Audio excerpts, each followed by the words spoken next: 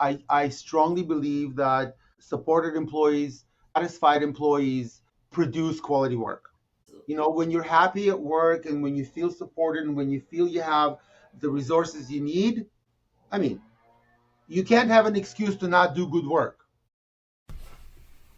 Welcome to the People Powered Podcast, your one-stop shop for all things workplace culture. Let's help you reinfuse your workplace with that happiness factor, a show that gives you the expert insight to attract and keep happy, high-performing employees. I'm your host, Lorianne Duguay, and I'm thrilled to be here with you today. Hello and welcome to another episode of the People Powered Podcast. Folks, I have such a treat for you today. Our guest today I met a few weeks ago, and I swear to God, every time we chat, I am in stitches. He is such a passionate person who really has effectively created a highly thriving workplace culture, believe it or not, within the healthcare industry, which is one of the hardest hit post-pandemic when it comes to workplace cultures. The healthcare industry has been contending with some pretty unique challenges. Today we welcome David Keselman of the Louis Brier Home. Welcome, David. Thank you, Lori, and thank you so much for having me. I'll try to keep the smile on. It doesn't stay on all the time, so just remind me. I am absolutely delighted to be here. And I think before you started recording, I said, I hope it lands me a gig at Hollywood or something like that. I don't mind that at all. So if it goes, I think you're trying to supplement what you said was you're trying to supplement my non-existent free time, yes. Which my partner will appreciate even more because I won't be home. He's happy when I'm not home, which is the main cause of our longevity. Yes. So I can do also relationship counseling. Anyways, on a different topic, really glad to be here. Really happy to participate. We're excited to have you. But before we deep dive into really understanding this culture that you're striving, you and your team are striving to create for your people, I would love if you could share with our audience a bit more about who David Keselman is, how he got to doing what he's doing, as well as a bit more details of Louis Brier and your mission and vision for that organization. Absolutely. Very happy to do so. So by training or education background, I'm a nurse. And whenever anyone asks me what I do or where do I work, my first answer is a nurse. That's what really sort of started this whole journey. And I started my education in Toronto, University of Toronto, did my bachelor's of nursing, worked as a nurse for several years in a variety of industries, certainly hospitals, acute care, education, community, public health, sort of a bit of the ADD background in terms of needing inputs and stimulation from different sources. And I've always done that. I felt that, from a professional perspective, to be rounded, I wanted to touch a variety of areas. Income was, of course, the other motivator, but that's besides the point. I always felt sort of innate push to assume leadership roles. I didn't really understand what that means, or nobody really told me, oh my God, you're a leader, you got to do it. I just felt like I wanted to. I felt that this was my place, from being a charge nurse to a manager to a director to a VP to now a CEO. And part of it was, to pursue those roles, I changed positions all the time and pursued different organizations, which of course allowed me the opportunity to experience different environments, to see different things, be exposed to things that I liked, be exposed to things that I appreciated less.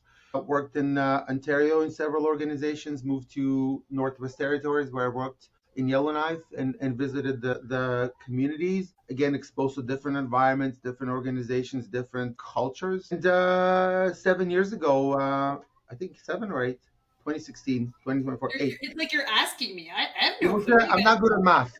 Not good at math. You're not in good company. I ended up being a nurse and not in finance. I'm good at math because I'm good at spending money, especially when it's not mine. Ended up here 8 years ago, almost in September. Was hesitant. Most of my professional career spent in hospitals and acute care. Although I did, dive into different areas as well, but hospitals were and remain my passion. And when this opportunity came about, I wasn't sure I wanted it because I did not at the time or as much appreciate the sort of elder community in a way in terms of healthcare needs.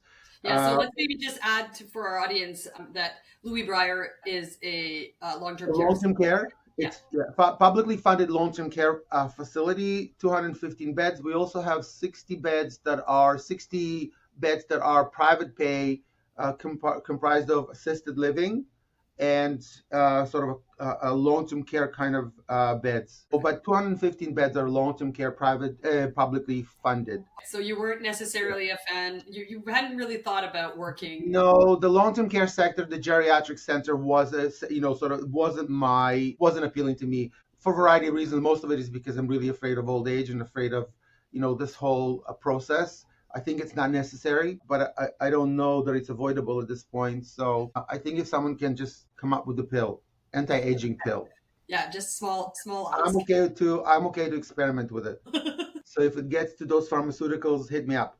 And here I am. Before I took the position, I remember I declined it first, and then I called my mentor, who's an amazing lady, a big name in the nursing world. And I said to her, here I'm at this junction. What do I do? And she said, "What's the matter with you? You're not going to do nursing. You're going to lead an organization. You're going to lead people. You're not hands-on." So, and it happens to be a community that all of us are going to belong to at some point. And here I am, 8 years Somebody later. rents that pill for you, right? Yeah. So here I am, 8 years later. I when I arrived to Louis Brier, my outside of what the board, then the marching orders that I received, personally made sure, and I wanted to make sure that this is not going to be another long-term care facility, another place where we sort of warehouse elderlies, another place where people come and it just smells of old age in a way, sort of quote unquote. I don't want to be insensitive, but I didn't want people to come and say, "Oh my God, yeah." So it was important for me. And this is where I think that whole transformation started, at least for me, that I wanted it to be a place where people come. Yes, majority of the residents are older, although our population is starting to change a little, but I didn't want it to be another place where for old people. It had to be it had to be different. Okay, so now tell us a bit more about what was that workplace culture for your team members? What was that work environment that you were trying to create at the time and that you've since strived to enforce and to nurture and maintain? Sure. Give us kind of a description of what kind of what are some of the features of that work environment? But the one thing I really need to say is that, at least in my experience, when I was at the bedside and a staff nurse, the perception of long-term care or nurses who went to work in a long-term care environment, the perception was you're going there sort of for a career respite in a way. You're going before you just retire. You go because older people with walkers, nothing acute, no stress. So wasn't, you didn't require any specific skills. Those are perceptions. I'm not saying it was true, but for us, these were perceptions. And so when I came here, and like I said, I wanted it to be or employees to be enthusiastic about the work they do, about the people they care for, and care about what they do. Have the skills, have the abilities, have the resources, have the equipment, and have the environment that supports as a whole quality of work and quality of outcomes. So because that quality of work and that quality of an experience as an employee, I would suspect directly translate into the quality of care they provide to their patients. 100%. I strongly believe that supported employees, satisfied employees produce quality work. When you're happy at work and when you feel supported and when you feel you have the resources you need, you can't have an excuse to not do good work. Absolutely. And if you have that excuse, we can deal with them. But that's separate, right? So that was the overall goal. So the first thing I did is really try to assess the environment and understand what's missing, what's good, what's not so great, what can be improved. Do a little, a robust assessment of state of the nation, and that's really what happened. I've done that and provided the board with some recommendations and started to work on building a really strong team, a leadership team. So yeah, that's really where. So what I'm hearing is, based on what your needs assessment, you say kind of that audit that you did of the current state of the organization, you were able to identify where we might want to invest some focused energy resources in terms of improving, identify some gaps and develop some initiatives in order to address and mitigate some of those shortfalls. And in your mind, the primary focus is to first build a robust leadership team and So what? that. Yes. before moving on to those next pieces. And that's connected to the goals that I was provided or given by the board. It was improve or enhance the reputation of the organization, of course, manage and deal with the financial situation, not unique to Louis Brier, and specifically related to the Jewish community was to really attract Jewish, residents into the building, which is a whole separate issue. From a reputational perspective, when you start to unpack that, there are a lot of elements in there. It's the resident satisfaction, is the family satisfaction, and of course, employee satisfaction that then gets out and is, used to build a reputation. And for me, I needed to then establish a team of leaders that had the same sort of, who bought into my vision, agreed with my vision, who weren't necessarily a yes man and would be able to challenge me and push me as well.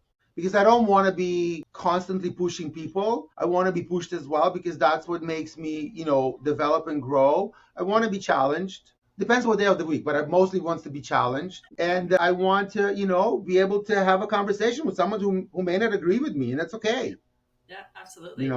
And you talked about your vision. I'm assuming that's the organizational vision, not David's vision, just generally tying in. So maybe really quickly, how did you guys collectively come up with said vision? Did you work alongside the board? How did you guys approach that establishing of the vision? So absolutely. When I arrived, there was already an established vision, mission, values, and strategic directions. We since had another session not too long ago with our renewed vision, mission, values, and strategic directions. Really, in the center of it is being recognized as being leaders in elder care, recognized as being innovative and creative while we do this, even though we're long-term care. I don't think that long-term care negates being innovative and creative. In fact, why not? It has to. This is all, governed or under the umbrella of working under Jewish traditions and values that support, respect and support and, integrity and all this stuff. So, of course, we have a governance board, so they have to be the main body. But the session was really involving all the leaders. Which is key, right? Involving the entire team in the establishment of those kind of cornerstone pillars of the organization. Also, I like that you say being the leaders in long-term care. That's one of the things when we do strategic planning with clients. We tell them, okay, we fast forward 5 years down the road.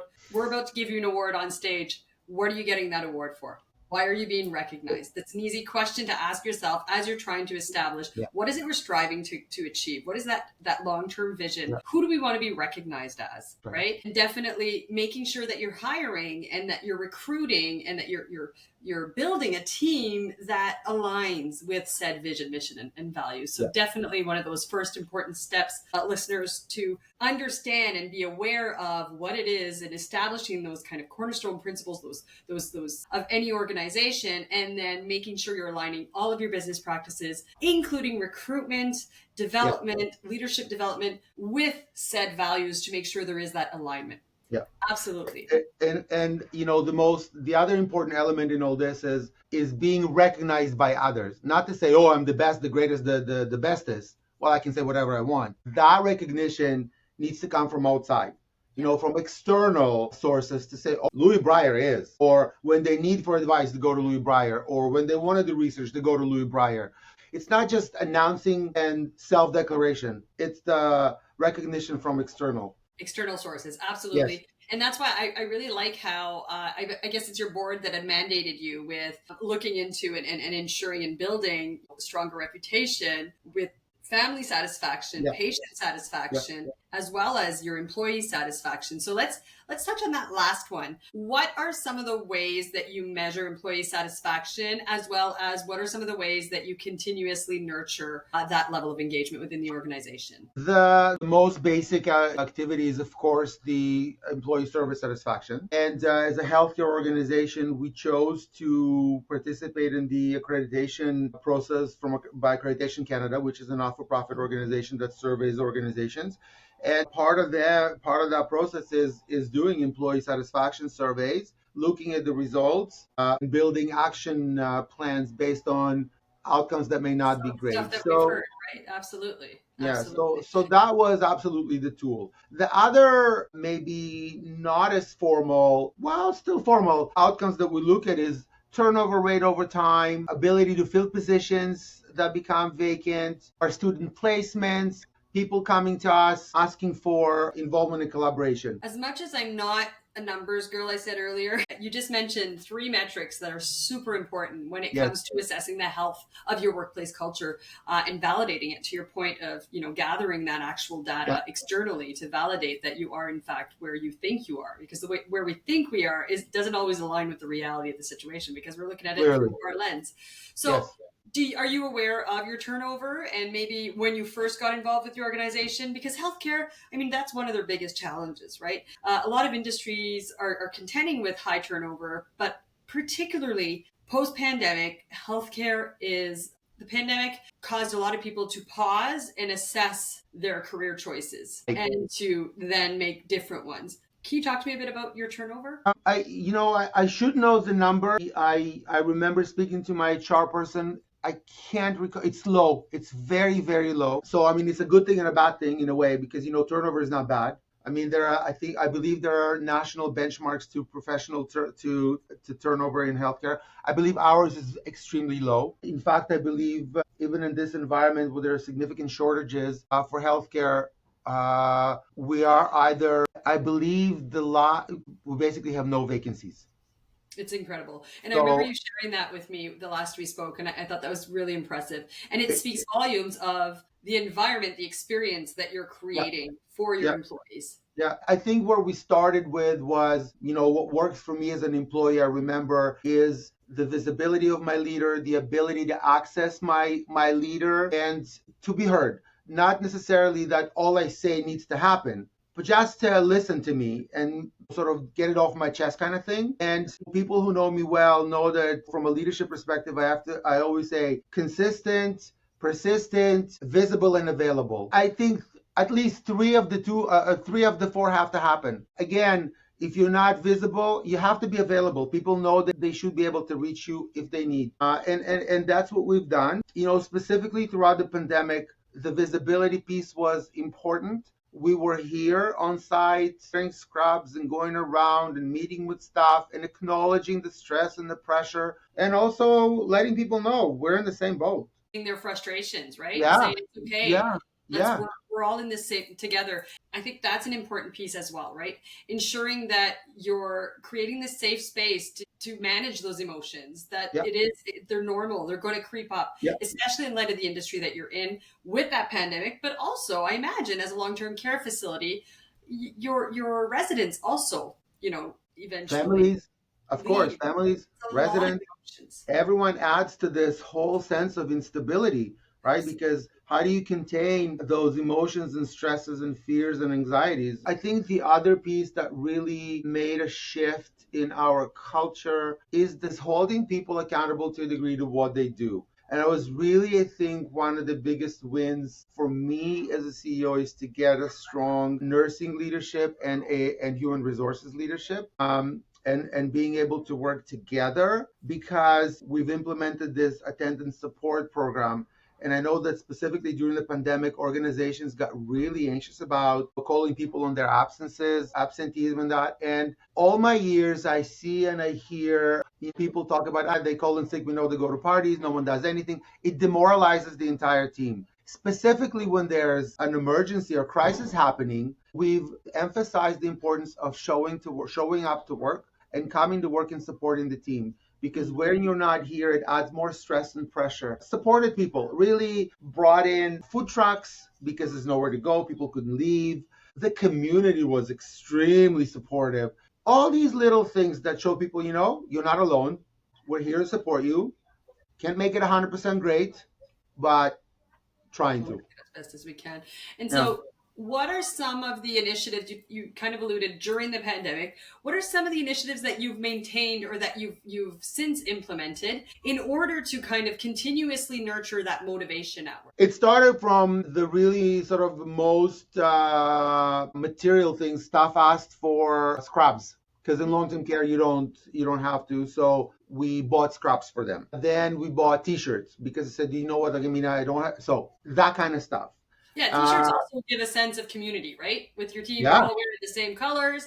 It gets them invested in that bigger picture and that organization. exactly, Yeah, exactly. And then the leadership team shows up once a month in scrubs. I love So we're part of it. Every Friday, I call it the Louis Brier Blue T-shirt Friday. Every single Friday, I come and the team comes in a Louis Brier Blue T-shirt. it. You So must have that's what spoken I on start. Friday because I remember you having that blue. Yes, that's right. So we have that's the stuff. Like and like as I mentioned before, brought in food trucks. And celebrated a range of events. So as restrictions permitted, we celebrated what we could, whether it would be long service awards, nursing weeks. Try to add a bit of normalcy into life. Continue to Absolutely. work. Yes, crisis is ongoing, but and at the same time, let's try to normalize and go back to Our normal. new normal. Yeah, Yeah, let's normalize the new normal. Let's yeah, together yeah, kind of navigate this and yeah, get a bit more comfortable in it and yeah, try to re-inject some of those things that yeah, you're able to within the yeah. restrictions, of course, I, post-pandemic, I that think what created that sense of normalcy. Yeah, the other, I think, meaningful action that we've done is really opened our doors to students. So Love it. while other organizations closed and students couldn't do placements, we sent notices to all the academic centers say, bring them. Bring them. I mean, bring them is good for students to actually learn in reality, not in the lab, how to manage during a pandemic. And also, these are hands, helping hands. Helping And hands. And coming, can we add that from a succession standpoint, these are future workers perhaps. So exactly, release the culture and exactly. they're going to want to be part of it if it's that And one. they come in and bring some air from outside, Yeah. so you're not locked inside thinking, oh my god, I don't see anyone else, just what I mean, work, home, work. So all that helped. Yeah, definitely help maintain. And today, you're still, I think you had shared with me, you're still focusing on those students and making a sure that hundred you're percent providing a highly valuable kind of workplace experience. And folks, this is brilliant. At the end of the day, this is how you start to groom that succession. This is Yeah, one of the ways that you can start to plant the seed of loyalty and get them invested in the purpose and impact of the organization. On that note, when we were researching for this podcast, we actually checked and we checked your website out and we saw that you showcase there's recognition. We've talked about recognition a lot on this show, and you've shared with me different ways you recognize employees. One of the things that's appearing on their website is recognition for families, recognition for kudos for families, and then also testimonials from families. Another way that you can remove, say, it's not us self-declaring yeah, saying that we're so yeah, awesome. You've yeah, got those actual objective voices, people who have undergone and accessed your services, yeah, validating that yeah. absolutely. So We, start to gather, put into place some yeah, mechanisms to gather and to recognize some of your main clients, as well as gather some yeah, testimonials to further enforce that yeah, it is a great place to work. Obviously, I had suggested when we were chatting to also include some of those employee recognitions yes, out there in the public facing. Why? Because it starts to see and showcase a culture of recognition, a culture true, of feedback. So when which we someone's have. looking for work, right, they Yeah, right away see, oh my God, wait a minute. They're recognizing employees on their public website, not just internally. That's different, right?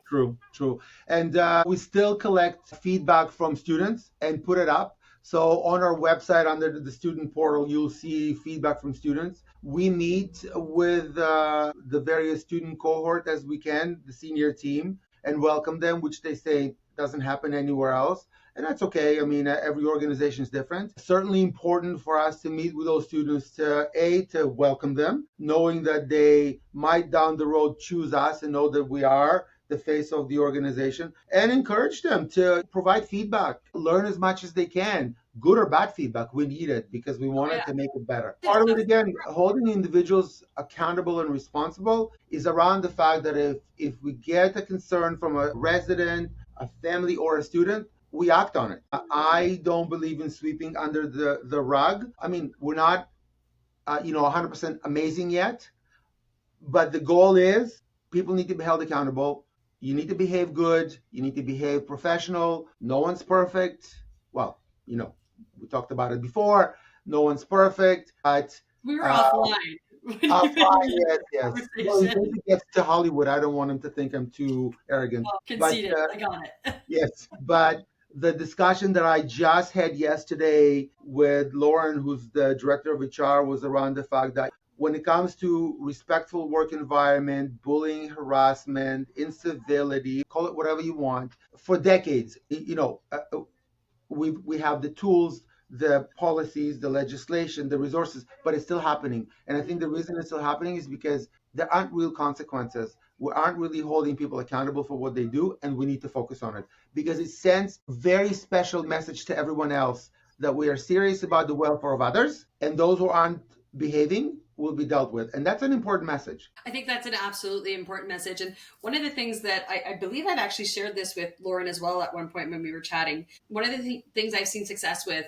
specifically, it happened to be a healthcare organization, is bringing teams together to conduct these exercises of shared commitments, so team agreements, if you will, and saying, right, you give them the opportunity to note what are all of the behaviors, and it's got to be done in an anonymous way, right? You need to have someone who facilitates this session. For this particular client, we came in, we had all the team members present. I gave a bunch of Post-its, all kinds of colors, gave a bunch of pens, all the same colors, so nobody could differentiate who wrote what. And I asked them all to write, what are all of the behaviors that you have witnessed? Nothing's off the table. All of the behaviors that you've witnessed that you feel are not conducive to a healthy work environment. There's nothing that's off limits, and I'm not reporting this to anyone. I'll be gathering them all. No one's going to know who wrote what. So gave them 10 minutes, and like those who are a little more resistant in terms of facilitation, you need to prompt them and say, hey, I'm sure you've witnessed something that wasn't right here in the workplace. I need you to write it down. Let's, you're only doing one? Really? I think you probably want to, I'm pretty sure you've noticed more than one. And then once they get going, I had a stack this big, right? And so then you take them and you transcribe them as the facilitator, so nobody knows who said what. And you start to see some trends. You start to see things repeating themselves. So then you take them and you with the team come up with themes. What are some of the themes that we're seeing here? And like we heard all kinds of things: screaming at another coworker, talking behind another coworker's back, not pulling your weight, all kinds of things. So we themed them, and then we said, okay, now let's talk about what an ideal workplace looks like, similar to the vision of the organization. What would our work environment, what would that ideal state look like? How would you feel so that people know what we're striving on creating? So now we take that vision, we take all of this that we've built, all of this that we've themed, and say, if we were to create a commitment that would avoid all of these behaviors from happening, what might that look like? Right. And so, for example, one was when upset, we use our inside voice, then respectfully address the other party, something to that effect, right? So we came up with these 10 shared commitments for that specific team. And then it's not about a one and done. It's about using those commitments to guide how we conduct ourselves at work. So just fair enough. Talked about incivilities, and it's something I shared with Lauren that works really well. And when I followed up with the team down the line, they validated and attested that it worked really well. The one thing that we had initially had a discussion over and seems to have helped is that not everyone's comfortable calling out someone and holding them accountable verbally, which is okay. So then we said, what would make sense for you guys in terms of a sign or something? What would be comfortable for you to let that other person know, whether intentional or not, this is how it's landed with me. And it goes against our one of the shared commitments. And it's just kind of that's not cool. Okay. And it's not up for debate. It's not for the other person to defend why it wasn't or was. It's irrelevant. It's really about how it landed, right? So the sign we came up with was this. And so if you saw that, you were to abort whatever you were talking about and move on to the next thing, right? And of course, if there's a need to address, then for sure you investigate it. So definitely, I agree that being able to hold each other accountable is really key. I think it's key because it sends a message to the rest of the team. You know, it's not uncommon to hear, I didn't say anything because nothing's being done. You know, I didn't go to report because they have done it before, nothing happened. Sure, I've heard that before. So, I mean, I don't support it. I think you continue to report and continue to report and continue to report. At least you know you've done your part. And I think then on our end, we have to act on it. Absolutely. I mean, we have to do something. People shouldn't say, well, I reported, nothing's done. In the very least, if you report it, I need to acknowledge it and tell you what I've done. 100%. Or right? Say, I'm not going to do anything. No, but I mean, one of the other reminds me of another client of mine where it was a conflict resolution and they wanted to know the outcome on the other party, but sometimes you need to manage expectations. So I agree. Of course. Definitely to say, I saw it, we are addressing it, but not to get necessarily into the specifics of, well, No, we've given them 2 weeks off without pay or whatever, right? of course not. And all I meant to say, you know what, Lori, you've expressed your concern. I'm looking at it. I've investigated. I've done something about it. I may not be able to share with you exactly the particulars, but it's been addressed. 100%. Right there. That was a perfect answer. So at least you know and have the confidence that, yes, you can come to me with concerns. It may not always be the outcome to your satisfaction, but at least you know it's addressed. Absolutely. Yeah. We are almost at time and then some, but you and I could speak for hours. But what if, I know we've talked a lot about all the wonderful things that Louis Brier is focusing on to create that level of engagement at work and to make people excited to go to work. And I think Lauren even mentioned one of the testaments that you've successfully created that work environment is people show up to events and show up to things, even though they're not, correct. They're off, which is amazing. That's the best testament. For our audience, not everyone, we know that nobody is perfect at the end of the day. So when it comes to your people, what is one of the things that you struggle with as an organization? You mean employees or leaders or? You tell me. General? With your employees or your leaders, just when it comes to all things team members, what is one of the things that you find challenging to kind of hit the nail on the head with? It's an excellent question. From my perspective, I can go back to see what we have as results on our employee satisfaction and, in the particulars. But I think from my perspective, what I think might be the next step in terms of engagement and satisfaction is really the integration of innovation, creativity, and opportunity into the work. So, some people are very content with doing the same thing, the same every day, coming to work, go home. Individuals who I kind of, classify as this is their job. And there are those individuals who see this as a career. So that want to develop it, grow with it, be exposed to other opportunities. And, it's a limited environment. Growth. It is long-term care. So from a growth opportunity, it's limited. From budget, a funding opportunity to bring in and integrate innovation and creativity, it's also limited. So think making the non-sexy sector of long-term care into a bit more intriguing, especially when it comes to younger generations, because they're so techy and, have no patience and everything at the fingertip and need instant, I think to me, that's the element that's missing, and we're trying to work on it, but very, very limited. Yeah, and I agree. I mean, the scope of your ability to innovate and to integrate technology is limited by your budgets, by the very nature of the industry and of your mandate. But certainly, I'm sure there's opportunities to, small manageable bites to make some improvement, to expose them to some technology, even if it's sharing. We don't do this, but I've heard about this organization that has a long-term care facility. This is what they did. How cool is that? And just showing them and starting to plant that seed of innovation. And it's so interesting that you would say getting team members to get on board with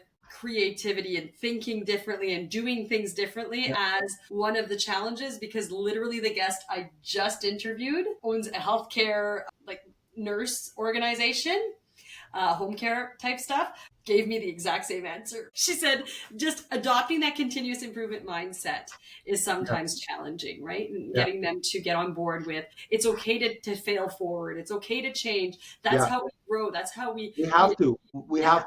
We have to. And I fear that from my experience anyways, that many leaders say that but don't really mean it, because when you say that and to mean it, you really have to be open to do things differently.